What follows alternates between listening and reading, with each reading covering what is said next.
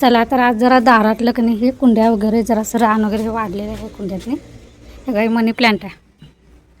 इकडलं ते एका बादलीतनं हे सगळं पसरलेलं आहे. तिकडे तर ती पानं बघितलीस आळूच्या पानासारखी झालेली आहेत, अशी मोठी कर्दळीची पानं कशी असते शिवची तशी. हे मी नवीन परवा मागच्या आठवडा 15 दिवस झाला असेल ना, तर हे पण आता फुटून आलेलं आहे बघा. त्यानंतर इकडं ब्रह्मकमळ तर बोलायलाच नको बघा. ह्याचं कणी हे इकडं गेले. ह्या पौर्णिमेला 2 ब्रह्मकमळ उमलणार हे त्याला पौर्णिमेला असं वाटतं. हे जगदाळीचा वेल, ह्याला काय शेंगा लागतील काय नाही लागतील काय माहिती, थोडंसं पिकायला लागले ना. पण हे कणी कशानं, ह्याचा जांभळा कलर होता बघा या फुलाचा, तो असा कशानं झाला तर कलरच येत नाही. ते डुप्लिकेट झाड आहे काय माहीत. नर्सरीतनं विकत आणि आणलेलं कलमी. पहिलं आणि दुसरं फूल तेवढं जांभळा कलर डार्क आलेला बघा.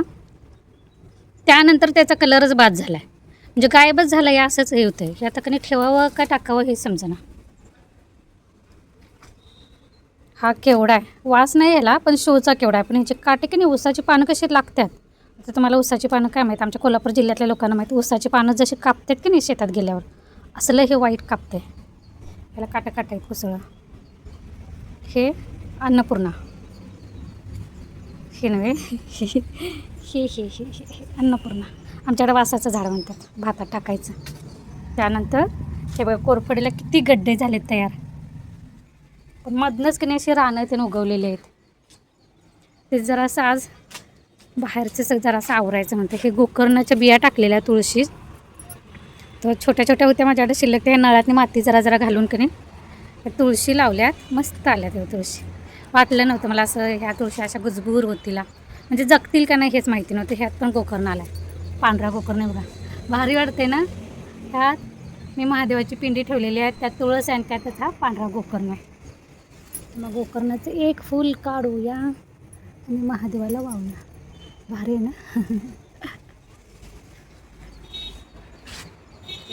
हे पण तुळस चांगलेलं आहे. हे बेंद्राचे आमच्याकडे बैलं मिळतात की नाही, हे मातीचं भरावं म्हणून इथंच आणून टाकलेलं आहे. ह्याला तर केवढी गोकर्णाचे हे वेल वाढणार, हे वाढायलाच टिकले बघा. मग इकडं सोडायचं का पूर्ण कटड्यावर असा पसरतोय. या चवळीच्या शेंगा पावसानं का नाही ह्याला तर वाढ लागणं झालं. आता बघा जरा असं ऊन पाऊस झाला की येईल. पावसानं गारटले जरा. हे सगळं थोडंसं का नाही तासभर बाहेर बसून आता हे सगळं आवरून घेते, थोडंसं स्वच्छ करते. कारण घरातल्या कुंड्या पण जरा अशा माती असं हे करून आत ठेवायला पाहिजे. लागले बघा. पण त्याच्या अगोदर पालकचं गरगट कणी कुकरला लावले शिजवायला. हरभरं जरासं होतं. लाईट लावते, उजेडच येत नाही आमच्या घरात किचनमध्ये, असं अंधार वाटतं. त्यात एकच ट्यूब आहे, तिला बल्ब काढला आहे.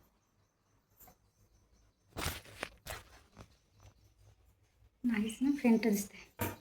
इथे जरा बरं वाटतं.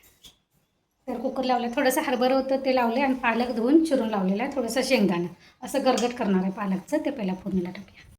देवपूजा पण आपली झालेली आहे. कांदे आणि लसूण एकदमच आणले. हे थोडंसं इथं जागा करून हे पसरून लावायचं.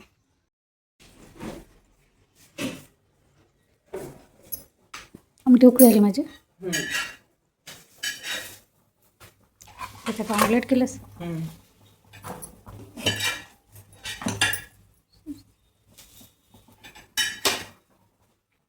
इथे माझ्याकडे इडलीचं पीठ थोडंसं शिल्लक होतं. म्हटलं पोरांना थोडंसं वेगळं काहीतरी बनवून बघूया. त्यामुळे हे की नाही थोडंसं असं भजी टाईप केलं होतं. इतकं छान कुरकुरीत झालं होतं. सॉससोबत करल तसं खायला चालू होतं. थोडंसं घरातली कामं आवरायची होती ती आवरलीत आणि आता बाहेर आलेले. ह्या ठेवलेल्या कुंड्या कणी ह्या घरातल्या आहेत.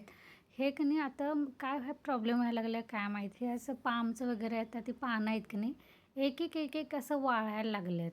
म्हटलं ते खुरपं की नाही, माझ्याकडं खुरपं नाही, माझं खुरपं खराब झालेलं आहे. पलीकडल्या काकांच्याकडून आणलेलं आहे 2 दिवसासाठी. म्हटलं आहे तोपर्यंत जेवढं खुरप्याची कामं होतील तेवढी करून घ्यायची. थोडीशी माती अशी चिकटून कुंड्यामध्ये राहिलेली असते ना, म्हणून म्हटलं थोडंसं खालीवर असं करून थोडंसं असं भुसभुशीत करून घ्यावं. थोडीशी माती आहे, थोडंसं कोकोपीट वगैरे मिक्स केलेलं आहे. काही जी झाडं आहेत ती फक्त कोकोपीटमध्येच लावलेली आहेत. आता एकदा पाऊस चालू झाला की परत थांबणार नाही आणि मग हे अशी कामं करायला की नाही बाहेर भेटणार नाहीत. मग थोडंसं 2-3 दिवस मी बाहेरच कुंड्या आणून ठेवलेले. थोडंसं वारं ऊन वगैरे असं लागेल ह्यांना हवा खेळती म्हणून.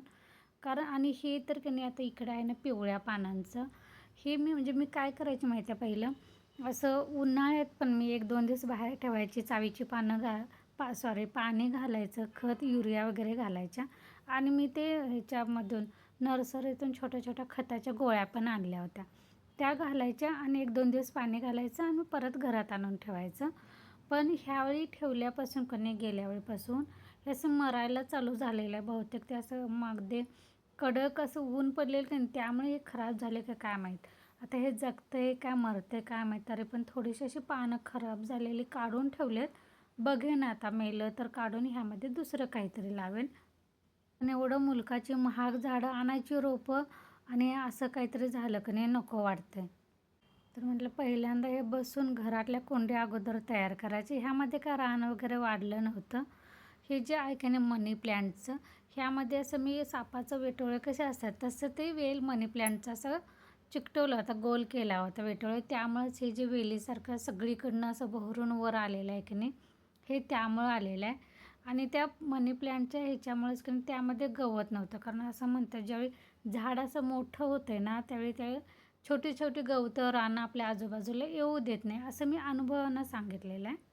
कारण माझं हे जुनं टॉयलेट आहे की नाही दाराच्या आता समोर, त्याच्या पलीकडं जे जास्वंदीचं मी लावलेलं, ते ज्यावेळी रोप छोटं होतं की नाही त्यावेळी मी त्याच्या बाजूला ह्याचं कडू कारल्याचं लावलेलं आणि ते असं वर चढवलेलं पत्र्यावर. 2 वर्ष झाली असतील.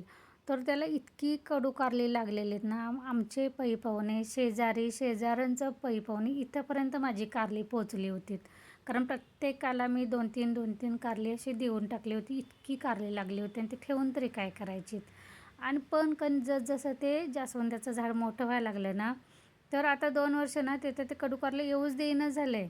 म्हणजे ते मरतेच असं थोडं झालं ना, वाढच होत नाही त्या कारल्याच्या वेलीला. त्यामुळे 1च वर्ष फक्त कारली अशी भरपूर ती मोठी मोठी लांब कारली असतात ना विकत आपण आणते बघा, तसं. तर ते जास्वंदाचं झाड मोठं झाल्यामुळं की नाही त्याच्या आजूबाजूला कुठलंच काय झाड येऊ देईना झाले.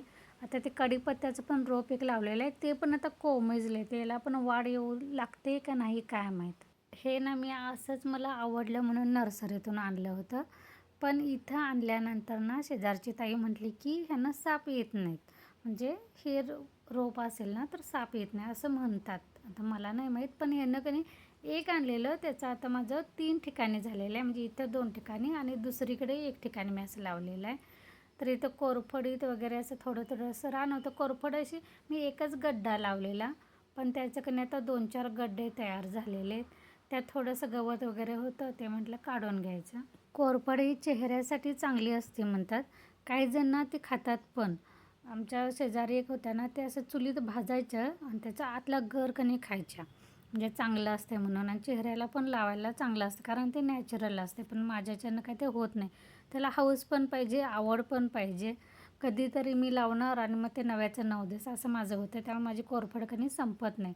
शेजारच्या मुली कधीतरी लागल्या तर त्या घेऊन जातात. त्यानंतर इथं मी एक जांभळ्या कलरच्या फुलाचं झाड लावलेलं आणि ते काढताना ना अचानक इतकी घाबरली, असं म्हणजे असं मऊ मऊ अचानक काय लागलं म्हणून. तर बघते तर हे बघा.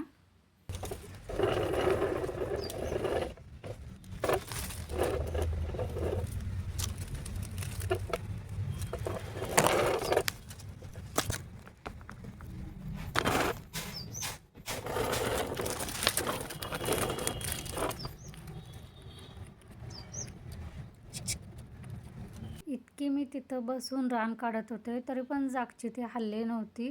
मलाच भीती वाटली, खरं तिनं काय मला घाबरली नाही. किती वेळा शुकशुक करत होते तरी पण ती तिथंच होती. आणि थोडंसं तिथलं काढलं आणि आता इथं हे एकच माझं की नाही तुरीच्या डाळीचा डहाळ आहे. ते इतकं वाढलेलं आणि त्यांना अस्कट असं दिसायला लागलं की नाही. आणि आमच्याकडे कसं शेतवड असल्यामुळे सापाची वगैरे पण भीती असते आणि जमिनीवर काय आलेलं दिसायचं नाही, म्हणून म्हटलं हे खालीच असं पसरलेलं. म्हणून एक म्हटलं बेडशीटचं एक कापड असं कट केलं दोरीसारखं आणि थोडंसं म्हटलं बांधून घ्यायचं, म्हणजे निदान खालच्या जमिनीची जागा तर रिकामी राहील. बघू आता हे नुसतंच वाढलं, ह्याला शेंगा कधी लागतात तुम्हाला माहिती असेल तर सांगा हां, तुरीच्या डहाळीला. इथं तुळशीचं पण माझं तेच आहे. तुळस एकदा मी बांधली होती, पण तरीसुद्धा ते असं परत आणि मोठे असे होऊन झालेले, परत ते जमिनीला लागलेले. त्यामुळे थोडंसं बांधले पण का नाही ही तरी पण ह्या बाजूनं असे कलंडलेलीच आहे, त्या बाजूनं थोडीशी वर गेलेली आहे. ह्याच्या मंजुळा पण आता काढायला आले, त्या काय मी आज नाही करणार, कधीतरी त्या पण काढेन. कधी पण अशी झाडासारखी तुळस व्हावी असं वाटत असेल ना, मंजुळा काढायच्या. मंजुळा काय वेळानंच येतात झाडासारखी तयार झाल्यानंतर, पण ज्यावेळी आपलं रोप असतं आणि त्याला अशा फांद्या फांद्या फुटायला चालू होतात ना, तर त्याचे असे शेंडे खोडायचे. शेंडे खोडले की नाही ते असं गुजबूर होऊन जाते. तुम्हाला जर माहीत असेल ना तर असं करून बघा. असं झाडासारखी तुळस तयार होते बघा. खाली थोडंसं रिकामं झालं जरासं, नाही तर असं पूर्ण कधी आसकट आसकट झालेलं. तर इथं मी थोडासा मगाशी नाश्ता केलेला. नवरा 4 भजी खाऊ देत म्हणून त्यांना बोलवलेलं. 1 तासानं बिचारा आलाय. गरम गरम खायला बोलवलं होतं सॉससोबत, चांगलं लागेल म्हणून. अशी होती आज जराशी दारातली कामं. चला व्लॉग बंद करते. बाय.